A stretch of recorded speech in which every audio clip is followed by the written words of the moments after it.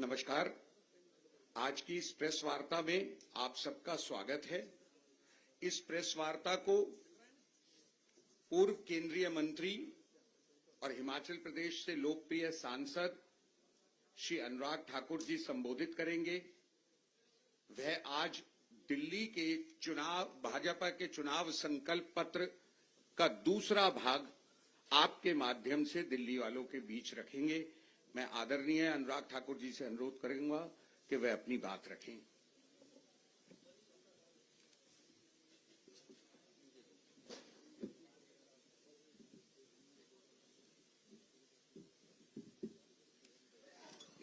सम्मानित मंच, उपस्थित सभी आदर के योग्य मेरे पत्रकार मित्रों,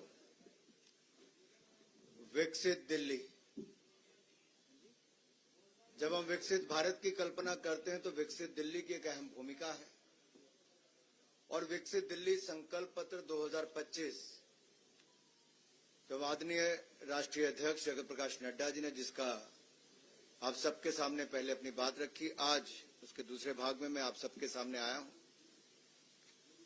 साथियों, जो हमारे संकल्प हैं वो दिल्ली को विकसित बनाने के हैं और संकल्प से सिद्धि की यात्रा जब अगले 5 वर्षों में पूरी करेंगे, भारतीय जनता पार्टी की जहां भी सरकारें रही, जन कल्याण उनकी प्राथमिकता रही, केंद्र बिंदु रहा। और हमने केंद्र सरकार में भी देखिए, राज्यों के सहयोग से नागरिकों की समस्याओं का जहां समाधान किया, वहीं पर उनको सुविधाएं भी दी। सबसे बड़ी आपदा, दिल्ली वाली आपदा तो है ही जो 11 साल से है, लेकिन देश ने आपदा देखी जब कोविड पैंडेमिक का है। उस आपदा के समय भी नरेंद्र मोदी जी ने जिस तरह से नेतृत्व दिया, जन कल्याणकारी योजनाएं लेकर आए, 80 करोड़ लोगों को मुफ्त में अनाज दिया, मुफ्त में इंजेक्शन लगाया, कोविड की समस्या से बाहर निकाला, वो तो एक था ही। उसके अलावा भी जन कल्याणकारी बहुत सारी योजनाएं आई। मैं छोटा सा उदाहरण देता हूं। उत्तर प्रदेश और मध्य प्रदेश में जो 60 साल से कांग्रेस नहीं कर पाई, वो नरेंद्र मोदी जी की सरकार ने किया, भाजपा ने किया। केन बेतवा नदियों को जोड़ने के लिए और उस पर जल विद्युत परियोजना लगाने के लिए 44,605 करोड़ रुपए का प्रोजेक्ट मंजूर किया था। आज वो शानदार कार्यक्रम चल रहा है। हमने जल जीवन मिशन भी चलाया। पहाड़ों में 17,000 फीट हाइट पे भी नल से स्वच्छ जल आता है, लेकिन आपदा ने जल जीवन मिशन दिल्ली में लागू नहीं किया। पूछिए अरविंद केजरीवाल जी से क्यों नहीं किया, आतिश जी से पूछिए क्यों नहीं किया। यहां नलकों से गंदा पानी आता है दिल्ली में। आयुष्मान भारत वो यहां पे लागू नहीं किया, जो 5 लाख रुपए का इलाज देश के 60 करोड़ लोगों को मिलता है, यहां लागू नहीं किया। राजनीतिक लाभ उठाने के लिए उन्होंने जन कल्याणकारी योजनाओं को आपदा ने लागू नहीं किया, आतिशी जी और अरविंद केजरीवाल जी ने लागू नहीं किया। हमारी सरकार बनेगी और हम दिल्ली में स्वास्थ्य हो, यातायात हो, बिजली हो, पानी हो, परिवहन हो, आदि से जुड़ी जितनी समस्याएं हैं उनका हल करेंगे। दिल्ली को बेहतर या दिल्ली वालों को बेहतर कल और बेहतर आज देने का प्रयास करेंगे। पड़ोसी राज्यों हो, एमसीडी हो, एनडीएमसी हो, केंद्र सरकार के सहयोग से प्रभावी जो हम यहां समाधान करेंगे, हम इनकी तरह बहाने नहीं लगाएंगे कि केंद्र ने नहीं किया। केंद्र में भी मोदी सरकार, दिल्ली में मोदी सरकार, यहां की भलाई करके दिखाएंगे। अब मैं आता हूं आपके पास। पिछले 10 वर्षों में भाजपा सरकार ने दलालों को खत्म कर दिया है, मिडलमैन को खत्म कर दिया और डीबीटी, डायरेक्ट बेनिफिट ट्रांसफर, इसके माध्यम से जन कल्याणकारी योजनाओं को लागू किया है। भ्रष्टाचार, मिडलमैन को हमने समाप्त किया और भ्रष्टाचार के प्रति जीरो टॉलरेंस ये भाजपा की है, नरेंद्र मोदी सरकार की है। लेकिन दिल्ली में आपदा के कारण, कोविड महामारी के दौरान जहां ऑक्सीजन नहीं मिल पाती थी, अस्पतालों में बेड नहीं मिल पाते थे, उस समय सैकड़ों करोड़ पे इन्होंने माफ कर दिए शराब व्यापारियों के। 2026 करोड़ का घोटाला आपदा ने, आम आदमी पार्टी ने किया। और कैग की रिपोर्ट जब आ गई तो उस रिपोर्ट को भी विधानसभा में नहीं लेकर गए। मेरा सीधा सवाल है आम आदमी पार्टी से, ऐसी क्या मजबूरी थी कि कैग रिपोर्ट को आप विधानसभा क्यों नहीं लेकर गए? अपने भाषण देने के लिए आप कभी एक दिन दो दिन के विधानसभा सत्र बुलाते थे, कैग रिपोर्ट को पेश क्यों नहीं किया गया? दिल्ली जल बोर्ड के 28,000 करोड़ के घोटाले पर क्यों नहीं आपने चर्चा करवाई? मोहल्ला क्लिनिक के आपके 65,000 फर्जी लैब टेस्ट हुए, आपने उस पर चर्चा क्यों नहीं करवाई? कोविड महामारी के दौरान आपने शीश महल घोटाला किया, अपने घर का निर्माण किया, इन घोटालों पर चर्चा क्यों नहीं हुई? भारतीय जनता पार्टी की सरकार बनेगी, हम आम आदमी पार्टी के कुशासन और भ्रष्टाचार के खिलाफ, चाहे डीटीसी की बात हो, मोहल्ला क्लिनिक की बात हो, शराब घोटाले की बात हो, जल बोर्ड से जुड़े घोटाले की बात हो, इन पर एसआईटी की जांच बिठाएंगे, भारतीय जनता पार्टी बिठाएगी। और जीरो टॉलरेंस हम भ्रष्टाचार के प्रति रखेंगे। दिल्ली वालों से हमारा वायदा है, दिल्ली की जनता से हमारा वायदा है, और ये हमारा ट्रैक रिकॉर्ड बोलता है। 2014 से लेकर 2025 तक नरेंद्र मोदी जी की सरकार दिल्ली में है, यानी कि देश में 1 रुपए के भ्रष्टाचार का कोई आरोप नहीं लगा पाया। 2001 से लेकर 2014 तक मोदी जी मुख्यमंत्री थे, कोई 1 रुपए के घोटाले का आरोप नहीं लगा पाया।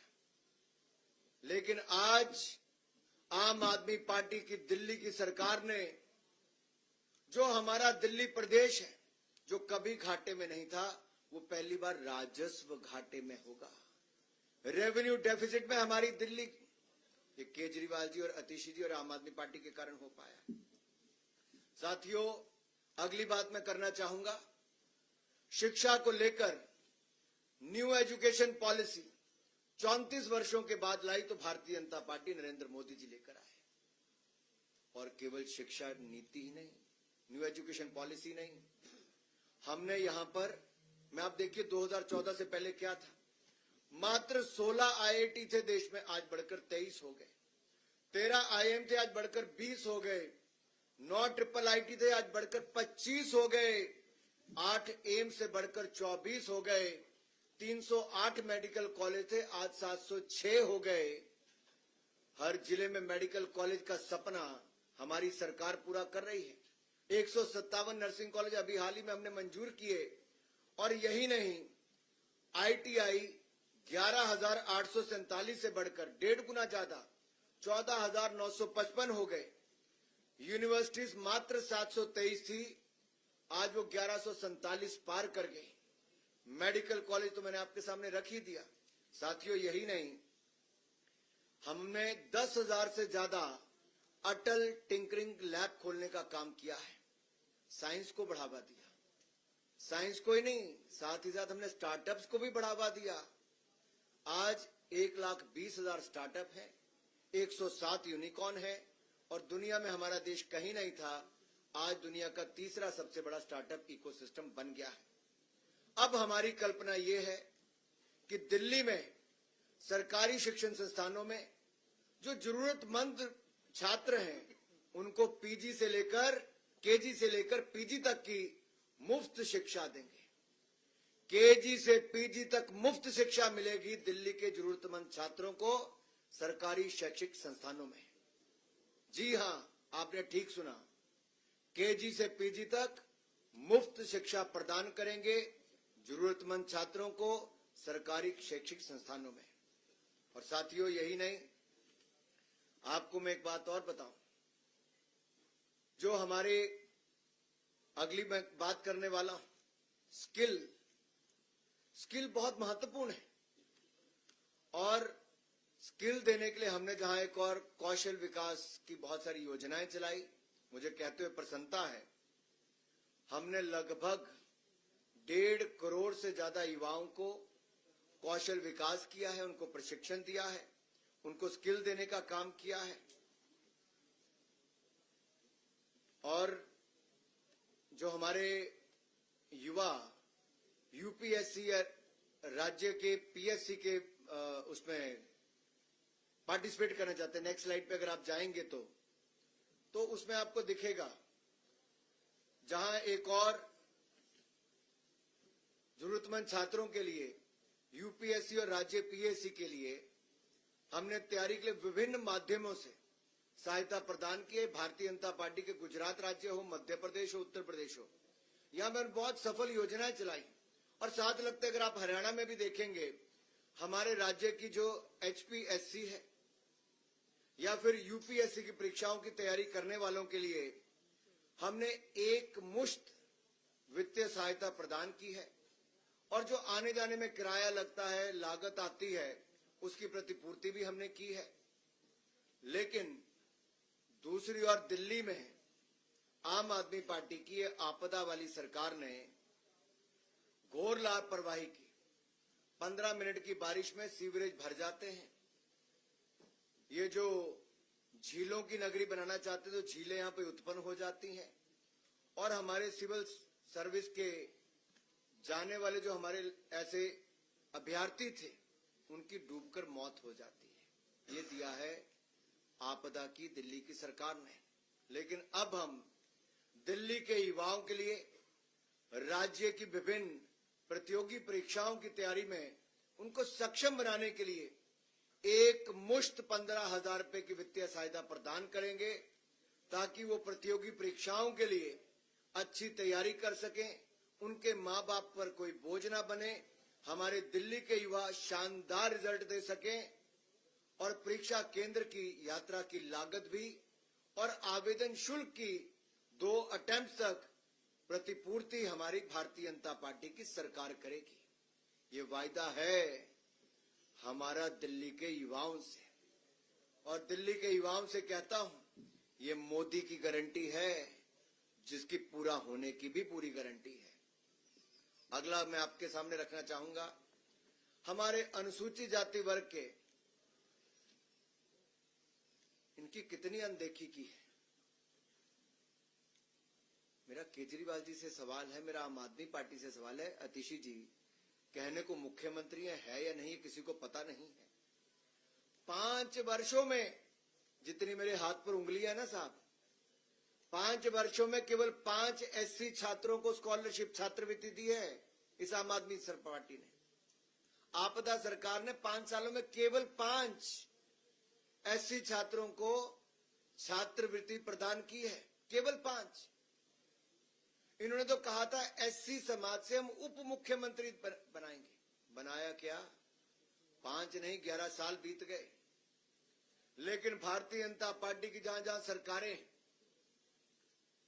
आप देखिए हमारी केंद्र की सरकार में जब से मोदी जी की सरकार आई, अनुसूचित जाति वर्ग के कल्याण के लिए हमने 250 गुना 250% यानी कि 2.5 गुना की वृद्धि की है। और एससी एसटी ओबीसी के उद्यमियों के लिए पीएम मुद्रा योजना हो, इसमें 40 करोड़ के ऋण के प्रदान किए।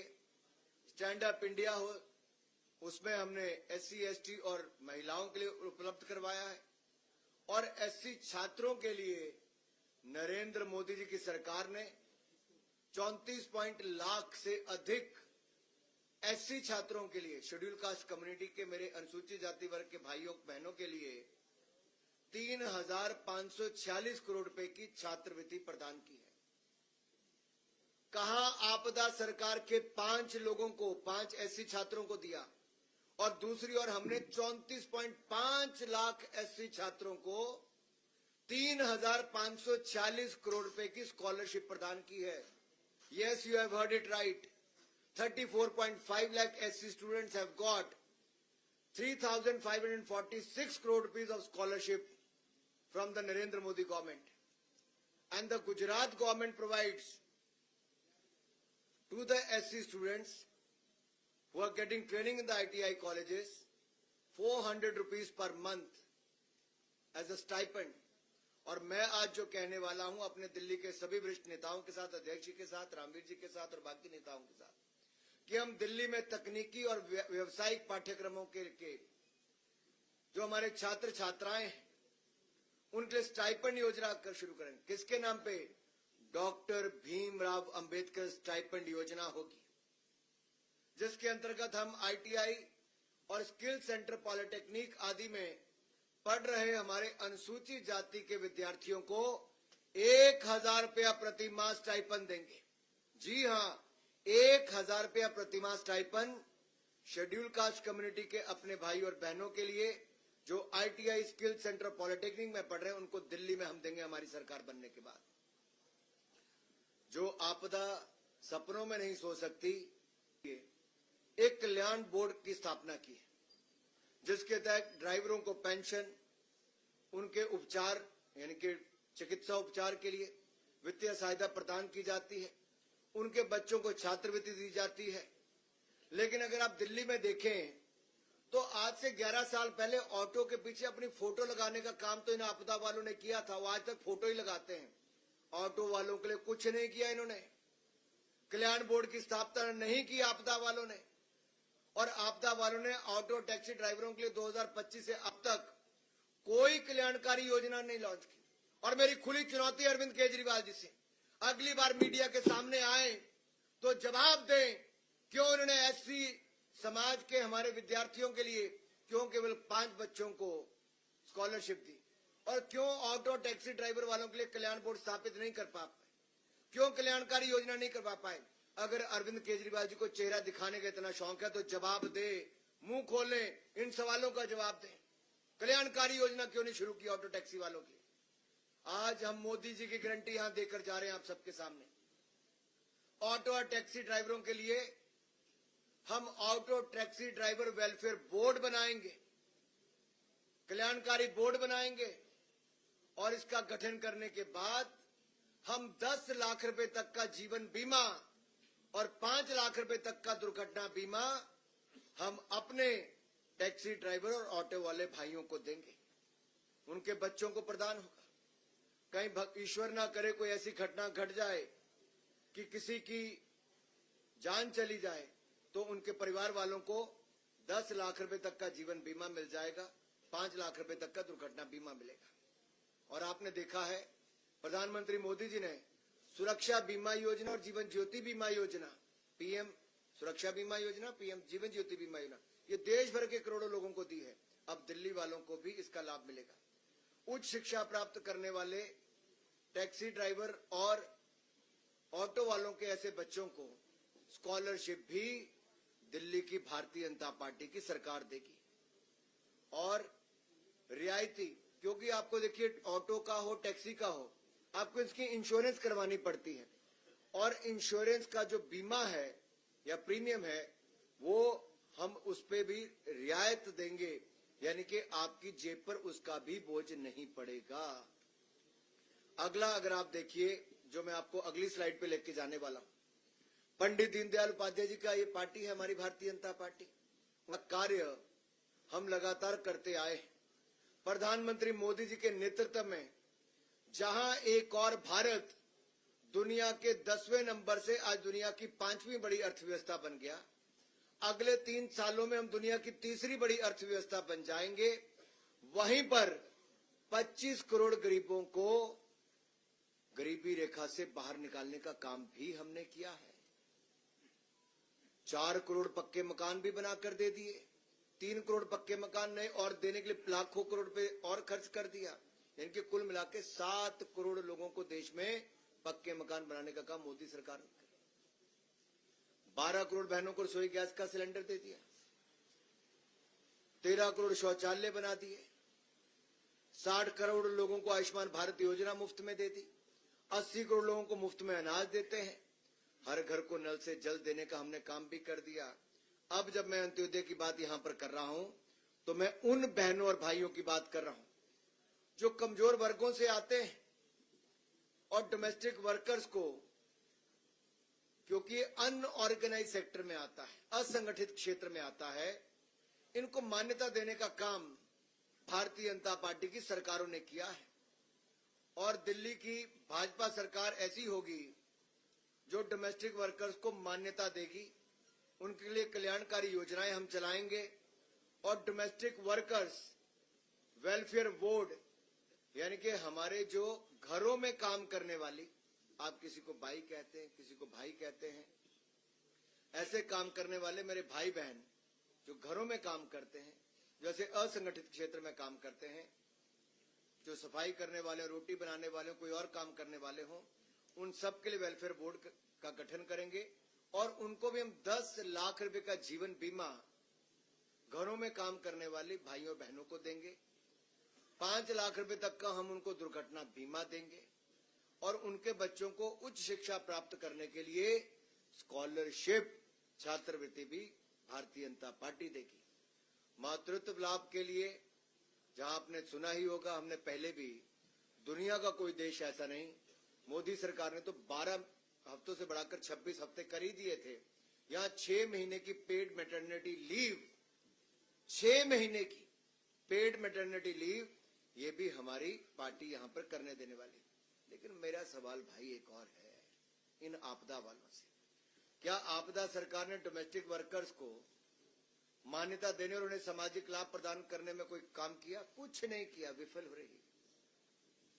अगला बात एक आपसे और करने वाला, आप दिल्ली में कहीं जाते होंगे, आपको रेडी फड़ी वाले देखते होंगे, पटरी वाले पे काम करने वाले देखते होंगे, स्ट्रीट वेंडर्स देखते होंगे। आप याद करिए, कोविड के टाइम पे दुकानदारों को, फैक्ट्री वालों को, उद्योग वालों को, उद्यमियों को, जहां एक और मोदी सरकार ने 4 लाख करोड़ रुपया खर्च करके हमने पैसा दिया था, 20% एडिशनल वर्किंग कैपिटल दी थी, उनके उद्योग बंद नहीं होने दिए, उनको 6 महीने का मॉरिटोरियम पीरियड दिया। वहीं पे रेडी फड़ी लगाने वालों को भी, स्ट्रीट वेंडर्स को भी हमने एक नई योजना लेकर आए थे, प्रधानमंत्री स्वनिधि योजना। और पीएम स्वनिधि योजना के अंतर्गत देश भर में 68 लाख से ज्यादा स्ट्रीट वेंडर्स को 50,000 रुपए तक का कोलेट्रल फ्री, यानी कि कोई घर जमीन कुछ गिरवी नहीं रखना पड़ता, कोई गारंटी नहीं देनी पड़ती, ये ऋण उपलब्ध कराया तो नरेंद्र मोदी जी की सरकार ने। और दिल्ली में लगभग 1,90,000 स्ट्रीट वेंडर्स को इसका लाभ मिला। 10,000 मिला, किसी को 20,000 मिला, कोई 50,000 रुपए तक पहुंच गया। और अब जब हमारी सरकार बनेगी तो पीएम स्वनिधि योजना के लाभार्थियों की संख्या 1,90,000 नहीं, सुन लो मेरे रेडी वाले, पटरी वाले, फड़ी वाले भाई और बहनों, स्ट्रीट वेंडर्स, अब आप 1,90,000 स्ट्रीट वेंडर्स को नहीं, अब लगभग दुगनी, यानी कि लगभग 4 लाख स्ट्रीट वेंडर्स को ये लाभ मिल जाएगा। लेकिन आपदा के राज पर तो स्ट्रीट वेंडर्स पर हमले होते हैं। केजरीवाल जी की जो गुर्गा गैंग है, या आप कुछ कह लीजिए, उनकी कौन सी टीम चलती है इनकी, क्या कहा था आपने? Sleeper cell. इनके कई स्लीपर सेल हैं भाई। एक स्लीपर सेल इनका स्ट्रीट वेंडर्स को वो हमले भी करवाते हैं, ऐसा भी करते हैं, उग्राही करते हैं, वहां पे स्ट्रीट वेंडर्स को बेदखल करते हैं। वो कहते हैं कि आप तो दिल्ली वाले हो नहीं, जहां से आए हो पूर्वांचल के, भाग जाओ यहां से। और आपको याद होगा 2021 में ये स्ट्रीट वेंडर्स ने मुख्यमंत्री आवास के बाहर एक बहुत बड़ा धरना प्रदर्शन भी किया था नहीं किया था? अब आपको धरना प्रदर्शन करने की जरूरत नहीं मेरे रेडी पटरी फड़ी लगाने वाले भाई और बहनों। अब तो आपको सुविधा देने के लिए भारतीय जनता पार्टी की सरकार आने वाली है। नरेंद्र मोदी जी की गारंटी हम लागू करके दिखाएंगे, लाभार्थियों की संख्या को दुगनी करके दिखाएंगे। साथियों, हमने जहां एक और रीस्किल अपस्किल, जो मैंने आपको पहले कहा, ये बहुत आवश्यक, इसलिए आज दुनिया बड़ी तेजी के साथ बदल रही है। हमने 1.4 करोड़ लोगों को स्किल किया है। दुनिया की सबसे बड़ी स्किल्ड मैन पावर हम भारत में बनाना चाहते हैं। We want to make India the world's largest skilled man power, and for that we already have a skill ministry in place, and we have done, if you look at 54.27 lakh reskilling and upskilling programs have taken place. इतने ज्यादा युवाओं को हमने वहां पे किया है। दिल्ली में भी हम उनको और रीस्किल अपस्किल भी करेंगे और स्किलिंग का प्रोग्राम भी हम आगे बढ़ाएंगे। मुझे अपनी बात यहां तक रखनी थी। आपके मन में कोई और सवाल हो तो आप उठा सकते हैं।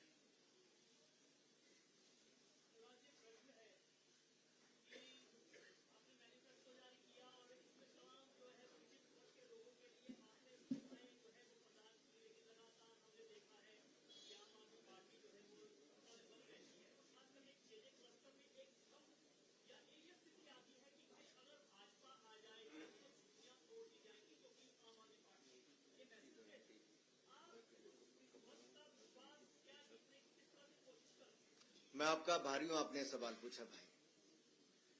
प्रधानमंत्री मोदी जी ने देश में जहां जहां झुग्गियां थी, जिसके बाद कच्चे मकान भी नहीं थे, उनको भी 4 करोड़ पक्के मकान बनाकर दे दिए। 4 करोड़ पक्के मकान और 3 करोड़ पक्के मकान और मंजूर कर दिए प्रधानमंत्री नरेंद्र मोदी जी ने। और दिल्ली के झुग्गी वाले मेरे भाई और बहनों से मेरा हाथ जोड़कर निवेदन है, और मैं आपको कहना चाहता हूं, जहां झुग्गी वहां मकान। ये नरेंद्र मोदी जी की गारंटी है। झुग्गी वालों को पक्का मकान बनाकर देंगे। हम केजरीवाल जी की तरह नहीं है कि मकान खाली पड़े रहे और वहां पर धूल ही धूल है। हमारे अध्यक्ष जी तो जाकर भी आए। अभी क्या किया इन्होंने? आज सफाई कर्मचारी की बात है, बाकी कुछ नहीं किया। 50,000 से ज्यादा है।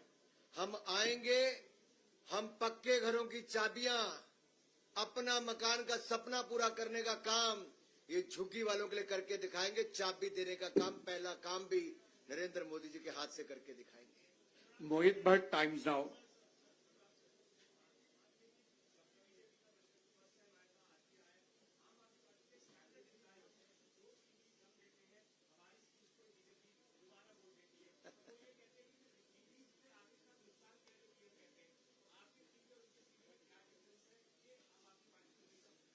फर्क एक है, आम आदमी पार्टी की घोषणा होती है, होता नहीं। भाजपा जो कहती है वो करके दिखाती है। संकल्प से सिद्धि तक लेकर जाती है, गारंटी पूरा करके दिखाती है। और मैं आपको एक बात यहां पे कहूं, मैंने जो सबसे पहला कहा, डीबीटी, अगर आप यूपीए की सरकार का समय देखेंगे तो उनके समय लीकेज होती थी। ऐसी बेटियां जो पैदा नहीं हुई, उनको शिक्षा के पैसे भी मिल गए, उनके शगुन के पैसे भी मिल गए, उनकी मृत्यु पे भी उनके घर वालों को या उनके घर वाले को मरे तो विधवा के पैसे भी मिल गए। ऐसा फर्जी आंकड़े कांग्रेस की सरकार के समय और आम आदमी पार्टी के समय चलते हैं। लेकिन भाजपा ने, हमने आधार कार्ड भी खुला दिया, बैंक खाते भी खुलाए और डायरेक्ट बेनिफिट ट्रांसफर भी, डीबीटी भी करके दिखाया। हमने जो कहा वो करके दिखाया। ट्रैक रिकॉर्ड, ये भाजपा का ट्रैक रिकॉर्ड कहता है कि मोदी जो कहते हैं वो करके दिखाते हैं।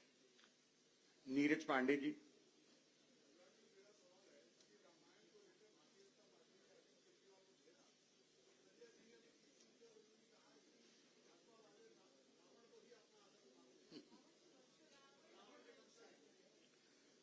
मैं आपका आभारी हूं कि आपने सवाल पूछा।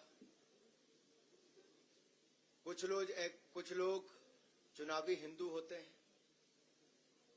एक्सीडेंटल हिंदू होने का काम भी करते हैं, और शायद उनको ये भी नहीं पता कि सोने का हिरण बनके रावण नहीं, राक्षस मारीच आए थे। और शायद ये वही लोग हैं, आपदा वाले, जिन्होंने दिल्ली के स्कूलों की हालत खड़ी कर दी है कि क्लास 9वीं की कक्षा के 1 लाख से अधिक छात्र फेल हो गए। 1 लाख से अधिक छात्र केवल 9वीं कक्षा के फेल हो गए।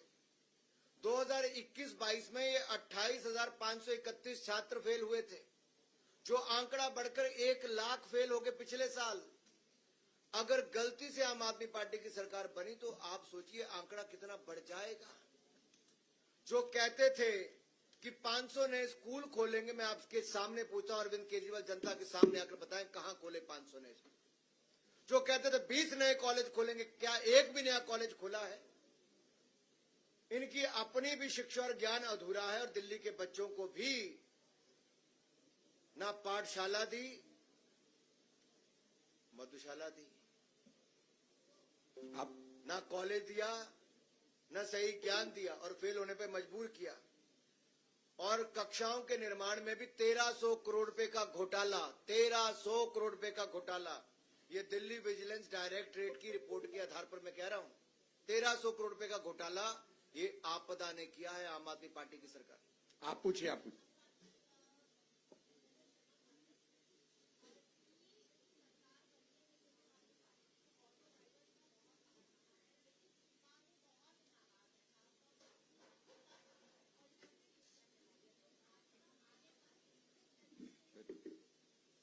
देखिए, जहां तक ऑटो ड्राइवर और टैक्सी ड्राइवर्स की बात है, हमने पहले कहा ऑटो ड्राइवर और टैक्सी वालों की चिंता मुक्त कर देंगे, सुविधाओं से युक्त कर देंगे और auto taxi driver welfare board बना कर देंगे। 10 लाख का जीवन बीमा, 5 लाख का दुर्घटना बीमा, बच्चों के लिए उच्च शिक्षा के लिए छात्रवृत्ति देंगे और जो उनको इंश्योरेंस अपनी टैक्सी ऑटो की करानी पड़ती उसमें भी रियायत देंगे। यही नहीं, अगर उनकी कोई और समस्या भी होगी तो उनका समाधान भी भारतीय जनता पार्टी करके देगी। Sanjay ji, India news office, फिर हेमंत जी।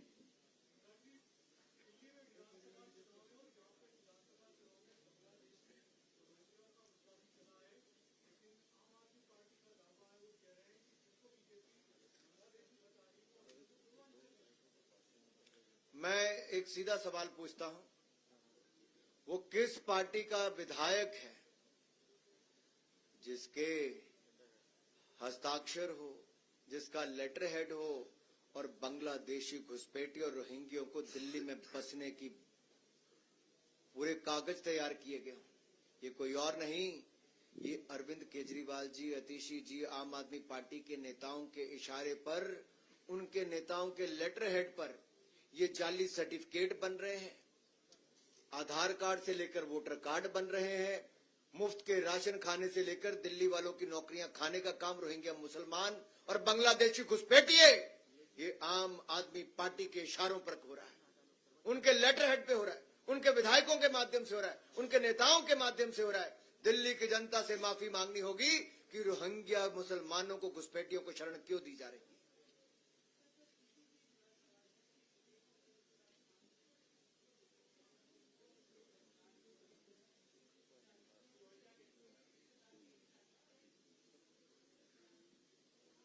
सिख समुदाय का जो गौरवशाली इतिहास है, एक और उसका उदाहरण दिखता है जब प्रधानमंत्री नरेंद्र मोदी जी साहबजादों की शहादत पर वीर बाल दिवस पूरे देश भर में मनाते हैं। अफगानिस्तान में जब संकट आता है, तालिबान का राज आता है, तो कई बार विशेष जहाज भेजकर गुरु ग्रंथ साहब हो, सिख परिवार हो, उनसे जुड़ी हुए लोग हैं, सबको सुरक्षित यहां पर लेकर आते हैं और सरदार हरदीप सिंह पुरी जी, भारत सरकार के मंत्री और भाजपा के नेता सब उनको रिसीव करके लाते हैं। नेहरू जी ने तो हमारे बड़े गुरुद्वारे पाकिस्तान में छोड़ दिए, लेकिन नरेंद्र मोदी जी की सरकार आई तो हमने करतारपुर कॉरिडोर बना कर दिया और यही नहीं, हमने हेमकुंड साहब तक रोपवे बना कर दिया।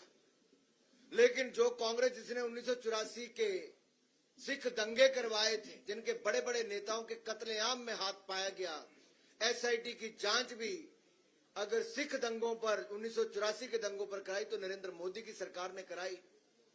और यही नहीं, हमने गुरुओं के 550वां प्रकाशोत्सव गुरु नानक देव जी का, 400वां गुरु तेग बहादुर जी का पूरे धूमधाम से देश और दुनिया में नरेंद्र मोदी की सरकार ने मनाया। कांग्रेस ने सिखों के दंगे कराए तो अरविंद केजरीवाल की पार्टी ने और उनके नेताओं ने सिखों को नीचा दिखाने का काम किया। इतने गंदे शब्द सिख समुदाय पर बोले गए, किससे मिलाने का काम किया? घुसपैठी और रोहिंग्यों के साथ, बांग्लादेशियों के साथ। आम आदमी पार्टी को इसका खामियाजा भुगतना पड़ेगा, सिख समुदाय कभी माफ नहीं करेगा। एक अंतिम क्वेश्चन।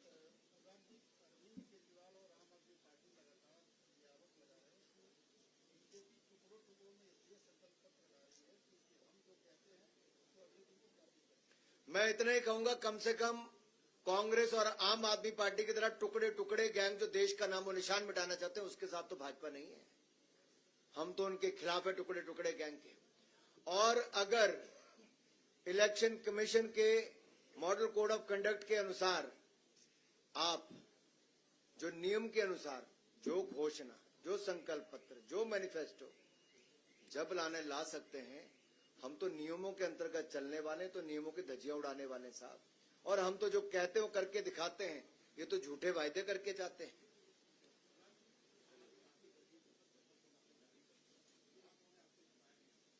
मुझे बताइए, ये जो आम आदमी पार्टी का कोई दुल्हा है क्या? मेरा सवाल ये है, कौन है दुल्हा उनका? अरविंद केजरीवाल जी जब मुख्यमंत्री थे तब इनके 15 विधायक जेल गए, इनके 8 मंत्री जेल गए, इनका उप मुख्यमंत्री जेल गया, इनका मुख्यमंत्री जेल गया, इनका सांसद जेल गया। और जेल से सरकार चलाकर जब काम कर रहे थे तो सुप्रीम कोर्ट ने कहा, कोर्ट ने कहा, क्या कहा कि अरविंद केजरीवाल जी ना आप मुख्यमंत्री कार्यालय जा सकते हो, ना आप कोई फाइल साइन कर सकते हो, ना निर्णय ले सकते हो, ना शराब से जुड़ी हुई कोई फाइलों को देख सकते हो। अगर आप कुछ कर ही नहीं सकते तो क्या जेल से चलने वाली सरकार तो दिल्ली वालों को नहीं चाहिए? क्या ये कट्टर बेईमानों की पार्टी में एक भी ईमानदार नहीं बचा जिसका चेहरा ईमानदारी वाला हो? दिल्ली के शहंशाह कहने वाले दिल्ली के महाठग, उनके पास एक भी ऐसा ईमानदार व्यक्ति नहीं है क्या?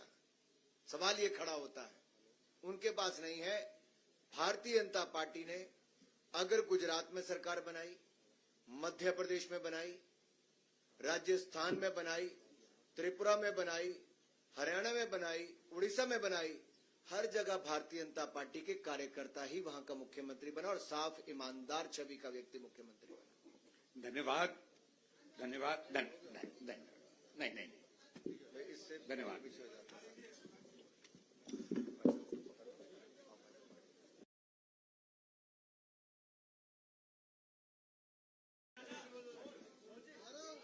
थोड़ा और नजदीक आ जाओ मनोज भाई, आप हर जी आ जाइए, नजदीक आ जाइए।